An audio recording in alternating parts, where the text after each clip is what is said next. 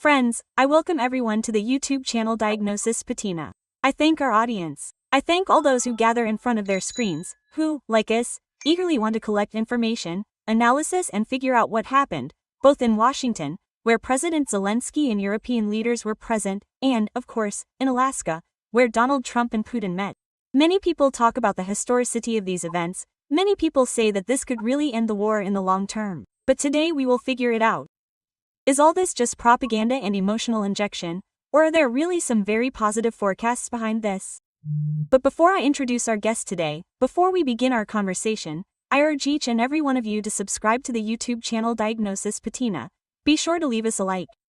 Remember that in this way you support our work, support our broadcasts, help them spread. And, of course, share your point of view, your opinion. What is happening now? Do you believe in diplomacy, in the possibility of a meeting at the highest level, a meeting of three, a summit of three, or a meeting of President Putin and President Zelensky? Well, the most interesting and most difficult question, of course, as always prepared for our guest today. I present it to you with great pleasure. Today our conversation will take place in the company of Evgeny Kиселёв, a journalist, TV presenter, blogger. Evgeny Alexeyevich, hello. Thank you very much for being with us. Hello, Alyona. I am glad to see you. I am glad to see everyone who is bringing you together now. Yes, friends, by the way, I will remind you that Evgeny Alexeyevich is our exclusive guest today, and you can, of course, see the famous TV presenter and journalist more often on his YouTube channel, which you should definitely subscribe to. We leave a link to it in the description. Evgeny Alexeyevich, I really hope that you will help us to tone down the euphoria and overly loud phrases with promises that Donald Trump loves. Yes, he manages to end 2 wars a month. And we need to figure out what really happened in the White House, what all these meetings really lead to, and so on. So let me, if you allow me, start with this blitz. Do you think that the meeting in Alaska and the meeting in the White House are historical events? Well, of course, they will go down in history in about the same way as the meeting between Trump and Putin in 1918. Do you remember anything about that meeting? That it went badly? Well, I asked many people. Friends, comrades, colleagues, guys, let's remember together what happened in 2018 at the meeting with Trump. A painful silence. No one can really meet, ask, or remember anything. Although in reality, everyone later, with the help of my prompts, remembered that it was at that very meeting that Trump was asked, "So, have you found out whether there was an operation to influence the American elections, started by Russian special services, or not? Was there Russian interference or not?" And Trump said, "There was no interference. I trust Putin about this, right?" And Vladimir said that we did not interfere in the American elections. And I believe Vladimir, there was no interference. I will not delve into the detailed documentation, including in the Robert Mueller report. Remember, there was a whole huge report by Robert Mueller. In this very interference, there were specific criminal cases that were opened and some of them were brought to a guilty verdict against people who were involved in all this. A separate story. But the price of that statement by Donald Trump, "I believe that there was no interference," is approximately equal to the price of Trump's current statements, and about the fact that I believe Putin wants peace. Yeah. I believe that Putin, as strange as it may sound, wants to end this war. Yeah. Tell this to the people who live in those cities that were subjected to another missile and drone attack last night. Tell the relatives of those killed in the latest bombing of Kharkiv. Listen to what Zakharova still says, what Lavrov says. We didn't want to seize anything. Not Crimea, not Donbass, not Novorossiya, nothing. We came there to protect Russian people. Yeah. And who lives there under your bombs, if not Russian-speaking Ukrainians?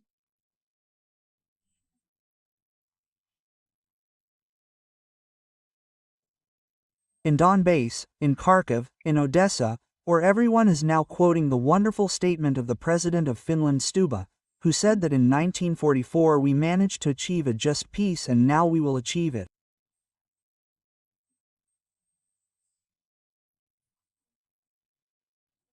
And Maria Zakharova is indignant.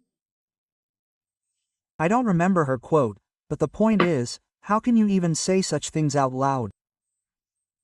What a disgrace. Finland fought against the Soviet Union on the side of Nazi Germany in 1944. Masha, I just want to say, go ahead and reread the history of World War II. It wasn't all that simple there. Finland took part in the war against the Soviet Union, including because a year before the war it was forced to sign a difficult, humiliating peace with the Soviet Union, which attacked it in 1939. That's what the Winter War is all about.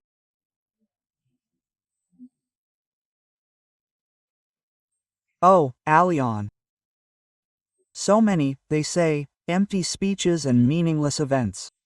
You know, Alexeyevich, yesterday was, in fact, very strange, when we saw, especially these statements. It was not a round table, but rather a rectangular one, but nevertheless I saw euphoria. The euphoria of Donald Trump, President Zelensky, who also very, well, so kindly perceived everything that was happening. And you and I know that when he doesn't like something, he is categorical. Urslav Afin Anderline, Mark Ryuta. Well, there really was a feeling that they knew some truth, some ending, and everything was already predetermined. But you and I have witnessed many, many empty statements, but before this, everyone was worried that there would be a so-called Munich. I don't know how tired you might be of these comparisons. There are too many of them from World War II, from the beginning of the war, with Hitler and everything else, but this is simply an analogy that is closest to us. And so everyone was afraid that we would be offered a very difficult and shameful peace. A very, well, conditional peace, in fact, capitulation. What do you think, Yevgeny Alexeyevich? Have we moved away from the abyss when we could be inclined to do something, or are difficult decisions still being made behind the scenes, behind closed doors, and, as the Western press writes, Zelensky is being squeezed? Time will tell. You and I have a minimum of information. And we are chewing over everything, talking about Alaska, talking about a meeting in Washington, some funny details. Well, I'll give you a specific one example. In a rare photograph, the leaders of European countries are sitting on chairs, just like patients waiting to see a doctor at some district clinic. Yes. Well, it immediately becomes clear that this is a fake, that this is a photoshopped image made with the help of artificial intelligence, but some profound comments are already appearing about how this photograph testifies to the real balance of power between Europe and America, how this photograph reflects the humiliated and dependent position of the leaders of the European Union, who, came humiliated on their knees, to ask Trump for something so that he would not offend Zelensky, he did not put much pressure on him.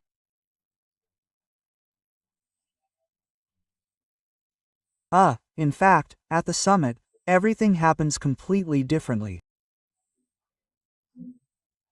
And it was clear that some of the leaders of the European Union who were present there, Macron, Merz, Starmer said, behaved quite confidently with Trump.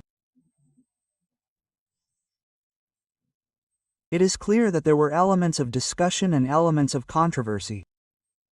But in real life we can state this. In essence, the Europeans told Trump, okay, we're coming to you. We are going to you together with Zelensky, quote, and Trump could not object to this. In fact, I would even say, post factum, after all these, words of support for Zelensky were heard, after the video conference with Washington took place, on the eve of the meeting, I don't remember whether it was on Saturday or Sunday, but the fact is that, in fact, without prior arrangement, the leaders of the European Union, came to Washington, came to the White House, stood next to Zelensky and said, "We will not let our ally be offended."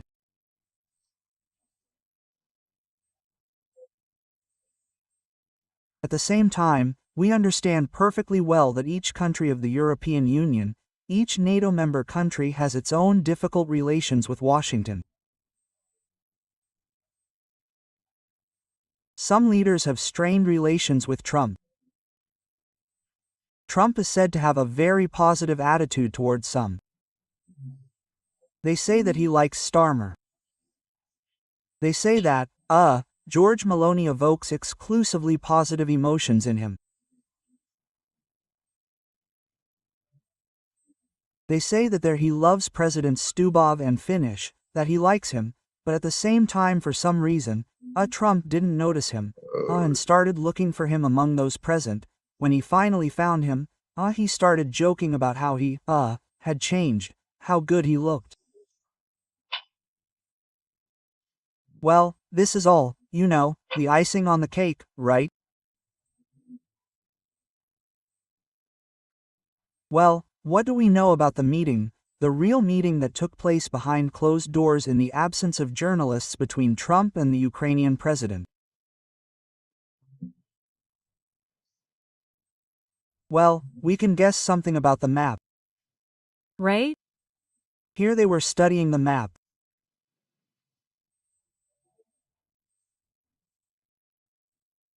I don't remember the name of this British journalist, but in general, one of the correspondents, a representative of the BBC, when the meeting was already starting, noticed that they brought a very large map of Ukraine into the Oval Office, on which the areas under the control of the, Russian army were colored in brown.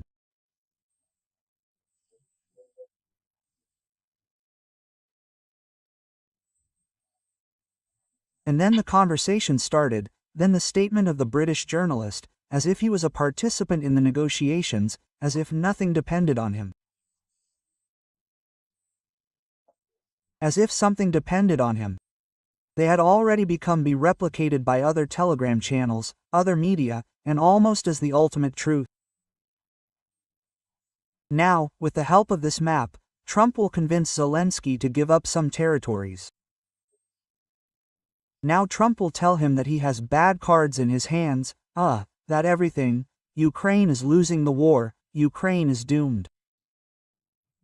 For example, I said, listen, I am not at all sure that Volodymyr Zelensky will not be able to use this map for a completely different purpose. He can come up to this map and say, Donald, look how big the country of Ukraine is.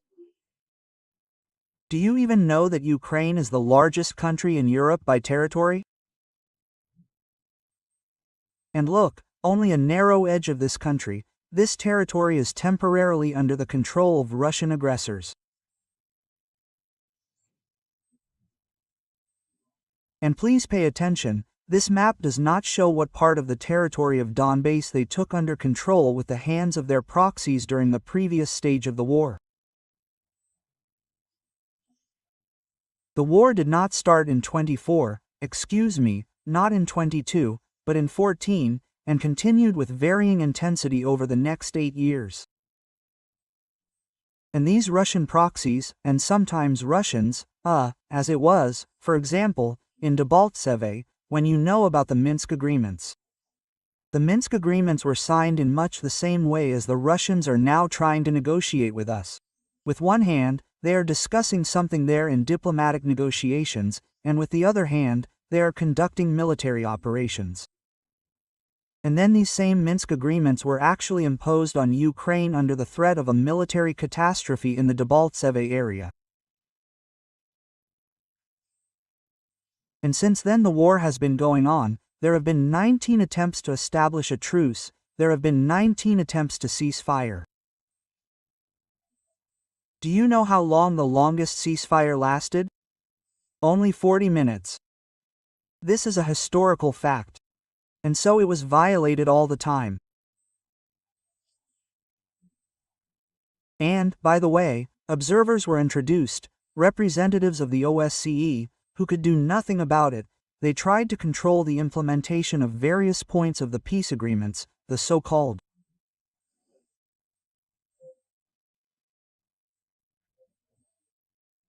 withdrew troops, withdrew heavy weapons. At night, these guns were quietly returned to their previous positions. And again, another shootout would begin. And look, not all of this territory that you are showing me now was occupied as a result of the war. Only part of it. Oh, and look, please, if you took a pencil, a pointer, or just a finger, Vladimir Zelensky could show you the sections of the contact line. But you know, there are such sections on the front where the Russians practically did not advance at all during the entire 3 years of the war. Because these sections were the most fortified, the most adapted to resisting the aggressors. And so, you understand, now the most prepared for defense, the most fortified region of Ukraine is being proposed to be surrendered without a fight. Yes, and for what reason? Just explain to me.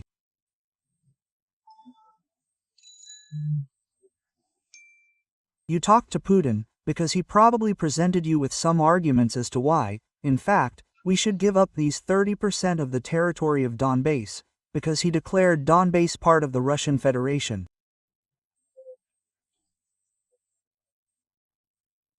Well, we rather heard the Otvitkata that he swears not to advance further, yes, not to go further territory. Putin's words that he promises something, that he swears something. Well, I think that even Trump does not believe him, no matter how obvious it is to him, of course.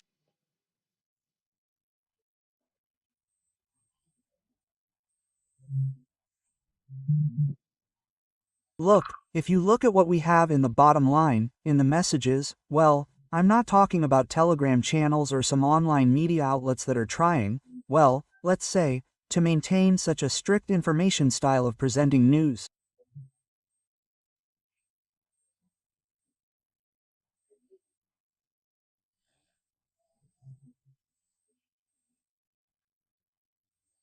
And in the rest, we see where these are such authors' channels or authors' blogs of some popular political observers, what different people write on Facebook. This is, in general, a wave of indignation about the fact that, yes, how this red-haired idiot, absolutely out of his mind, Razmatic, who says one thing today, another tomorrow.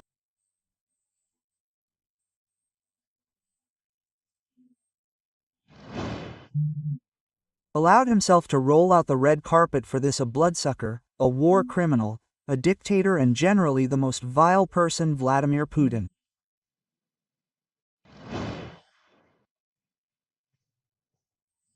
Well, I have to sadly state that, well, once again, for several days I probably was also involved in this at times, we were all indignant, shaking the air. Well, in real life, nothing happened. There's no deal. God bless him with the red carpet, God bless him with the military orchestra. God bless him, with Trump, who tried in every way to demonstrate hospitality and courtesy towards Putin at the beginning of the meeting, especially. But in the end, what happened? Trump turned around and left. There was no deal. All sorts of other pleasantries, we leave out. That's the gist of what happened in Alaska. They didn't agree on anything, there's no deal. They didn't feed Putin lunch. They didn't ceremoniously escort him to the plane, there was no ceremonial send-off.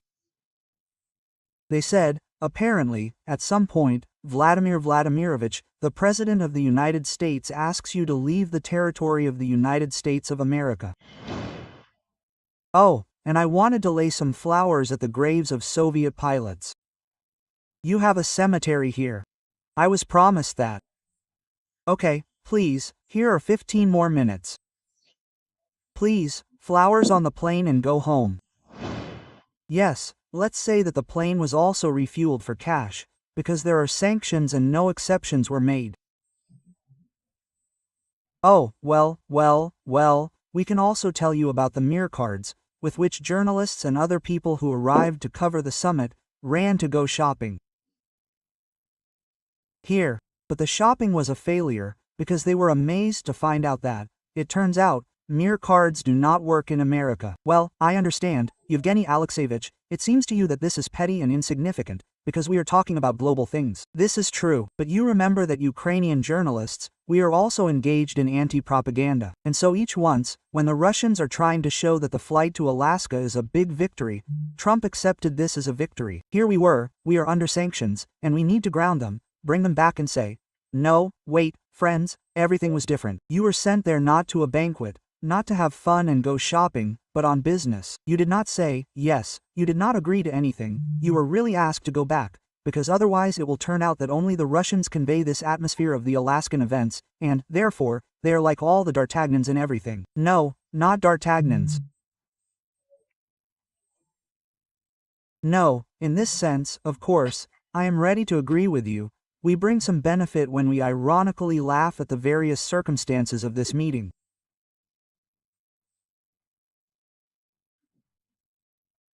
But let's just say, well, a few important things. We did not agree on anything.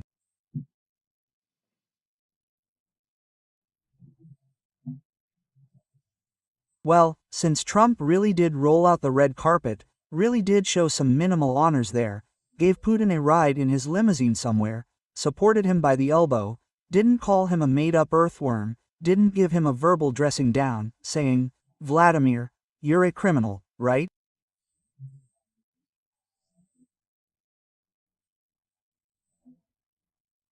Your hands are covered in blood. No, of course, I didn't intend to do that. That's it. There are rules of diplomacy that suggest that no matter how unpleasant your negotiating partner is to you, if you want to achieve something, show him at least formal respect.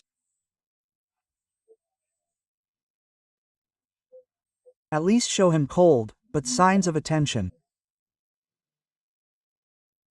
Thank God, they haven't kissed each other well. Even old man Brezhnev couldn't resist in his time. He went for a kiss with Jimmy Carter when they signed the USV-2 treaty at a meeting in Vienna in 1979. Oh, and I remember that moment. Carter hesitated for a second, but then, all the same, he rewarded Brezhnev with a kiss in return.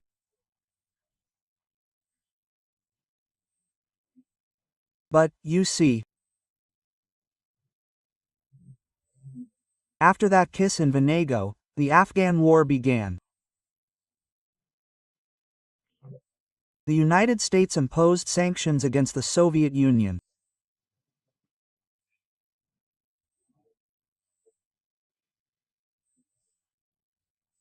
The rapid decline of the previous, good level of relations between Moscow and Washington in the 70s began, a terrible abyss that ended, in fact, in the collapse of the Soviet Union and the death of the Soviet state, those events that Vladimir Putin likes to call the greatest geopolitical catastrophe of the 20th century.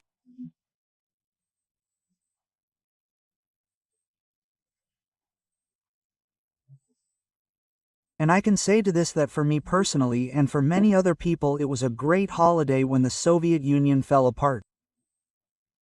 Yes, there is always a holiday with tears in the eyes.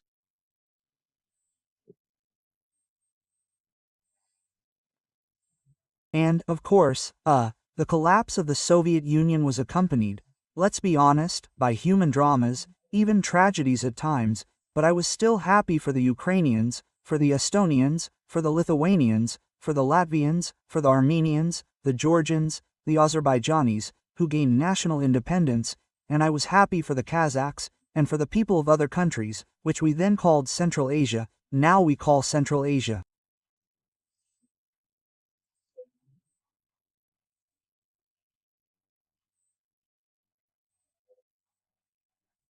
But the real geopolitical catastrophe of the 21st century is the return of the Bolsheviks, who are now disguised as Putin's supporters, as Russian neo-imperialists. That's the tragedy. The 21st century is absolutely geopolitical, and that's Putin's regimes of power. And it seems to me that little by little the West is beginning to understand this. They are beginning to understand that, the Putin regime, and Putin himself, is an infernal evil, that needs to be put an end to.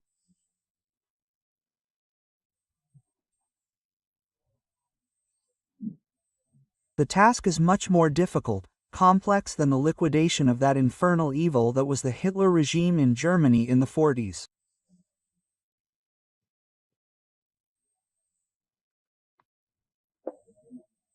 You can't start a new war. But we live in the age of digital technologies. We live in the age of scientific and technological progress, in the age of digital communications. I think that it is possible to find ways to set the goal of the foreign policy of the Western countries to eliminate the Putin regime, thereby ensuring lasting peace in Europe and on the planet.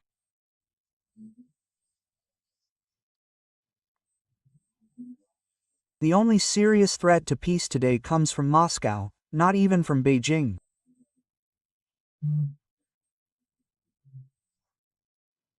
Because the Chinese are pragmatists, and the Chinese first of all think about trade with the West, about continuing to develop their industry, their economy.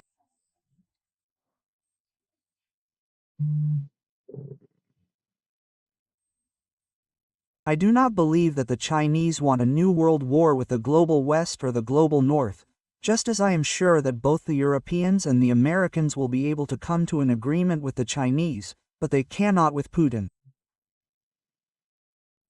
Perhaps the Chinese will simply help at some point. I don't know. But what do we have now as a bottom line?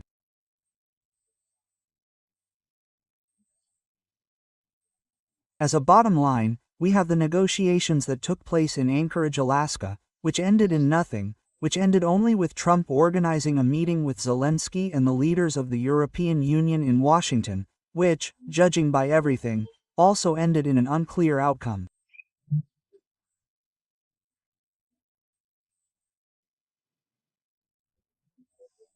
Well, there are at least some specific things that are being loudly discussed now.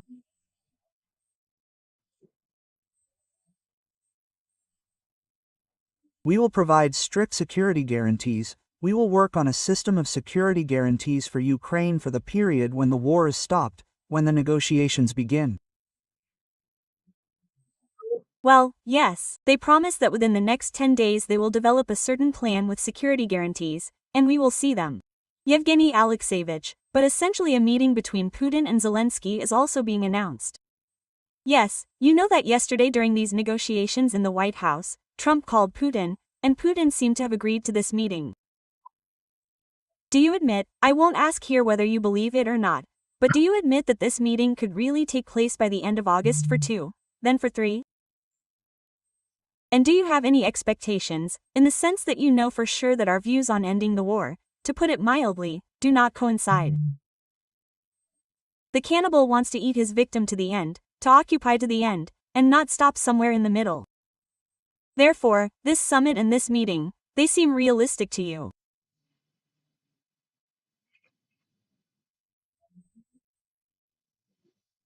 I am ready to admit that Vladimir Zelensky and Vladimir Putin will fly, say, to Geneva, and their personal meeting will take place in Geneva. It is quite possible that they will not shake hands.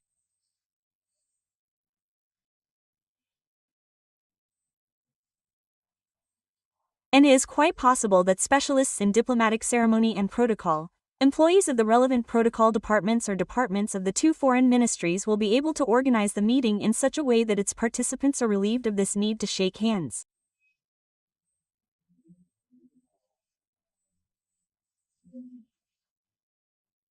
Well, let's imagine a large hall with a large table for negotiations.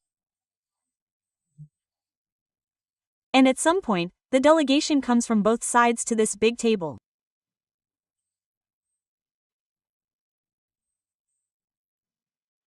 And it is so big that you can't bend over it and extend your hand to your vis-a-vis.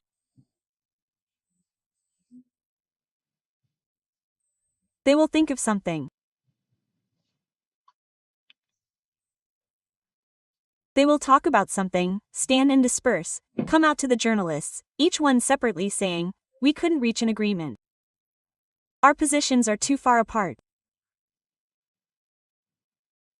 I don't see any other scenario yet.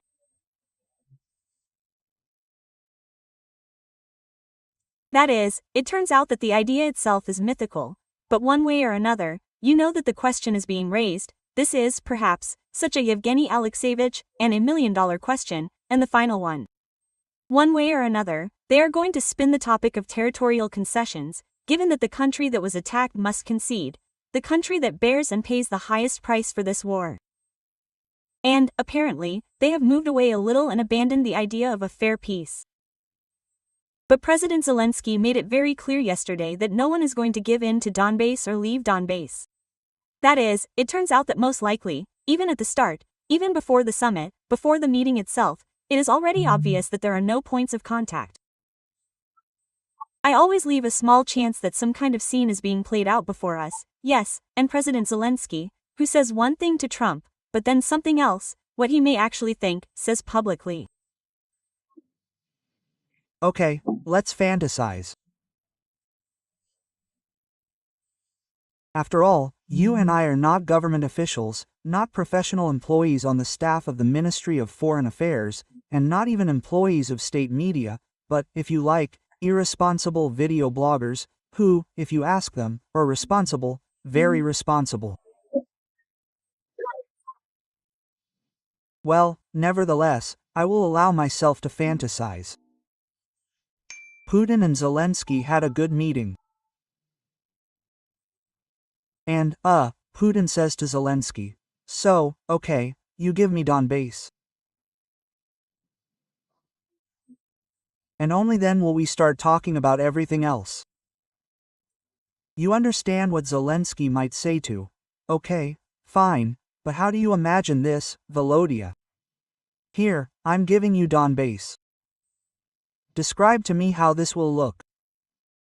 The first day, the second day. Tell me point by point, do you have a plan? I'm giving up Donbass, and you're taking it back from me. Let's talk about this." Here's what Zelensky might say, right? "And what are you giving me in return?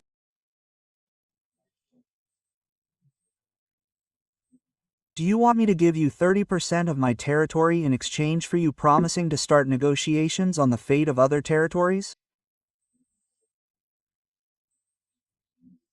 After all, this is roughly how you formulate your proposal.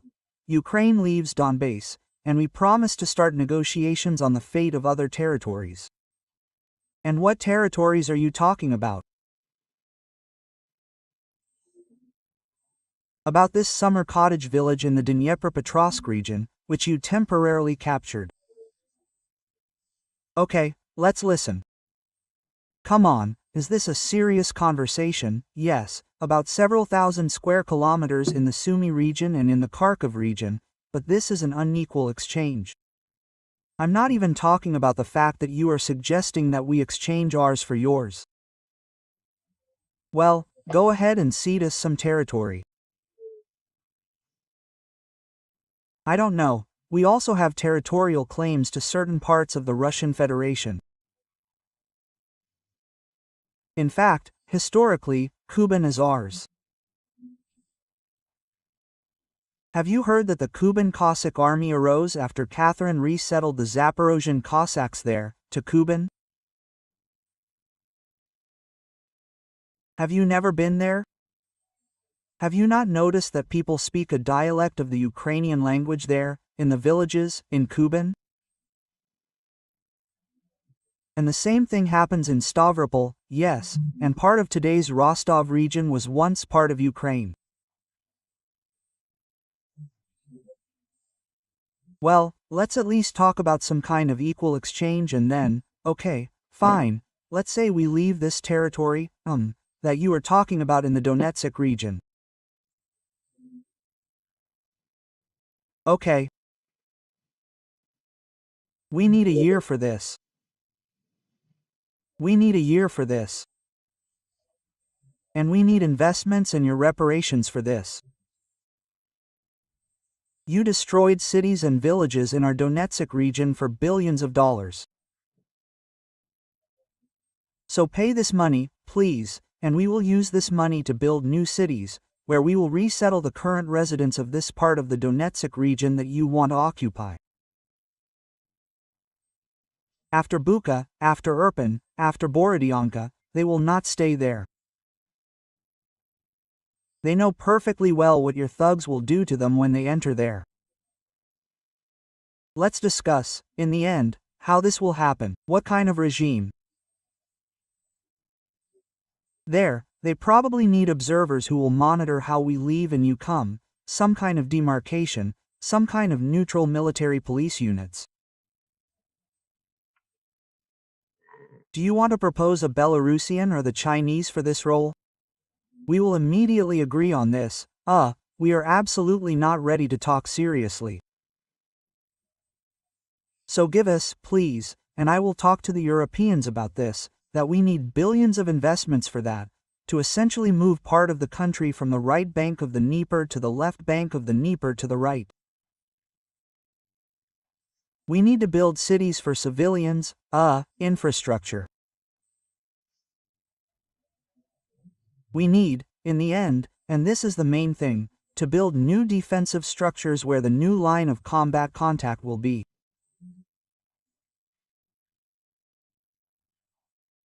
You know, this is why you want to, let's be honest, this is why you want to seize the Donbass completely, because that's where we have the largest, most serious fortified areas built a long time ago, which you want to take under control. Now I'll call Trump, I'll call Starmer, I'll call Merz and say that, guys, in principle, this option is possible, but first we need to build, figuratively speaking, the Mannerheim Line 2.0.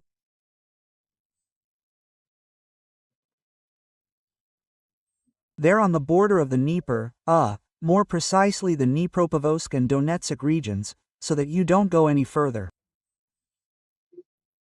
This is a guarantee of security.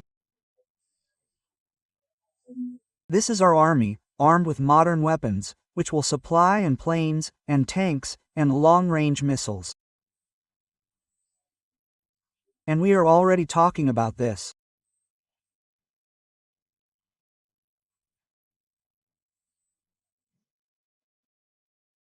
Plus, if you need this scorched earth, the new Mannerheim line or some new Turkish rampart that will protect us from your orcs.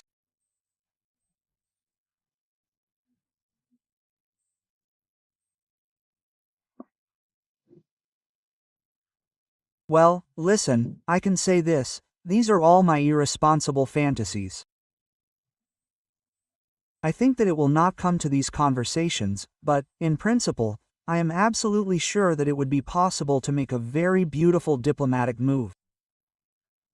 Yeah. And, perhaps, it will still be made. In which it will simply be demonstrated that the exchange of territories, the withdrawal of Ukraine from some territory, I don't know, they're in Donbass, not in Donbass, maybe somewhere else. This is in fact a multi-stage expensive operation that will cost America and Europe a pretty penny, which cannot be carried out at once.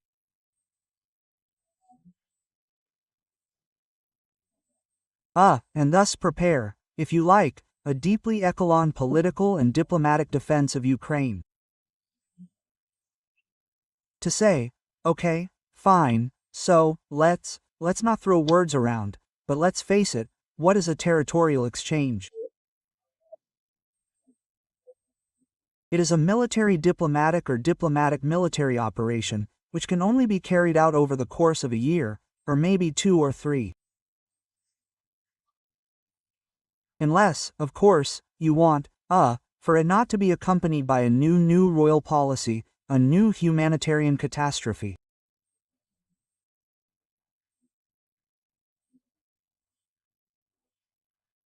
Let's not forget that in that area, there are still living cities in which a huge number of Ukrainian citizens live, many of whom, under any shelling, under any bombing, under any threats, have not given up on living on their native land.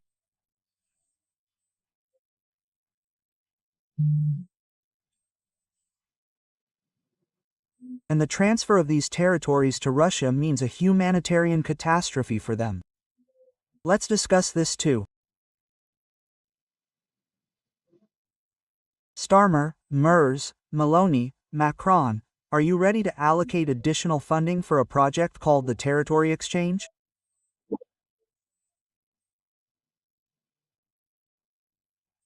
In general, I believe that not only military, but also political and diplomatic resources in Ukraine in this area are enormous. And I am sure that sooner or later they will be used. And it will turn out that in fact the exchange of territories is just a Russian propaganda gimmick that will fall apart when it crashes into the realities on the ground.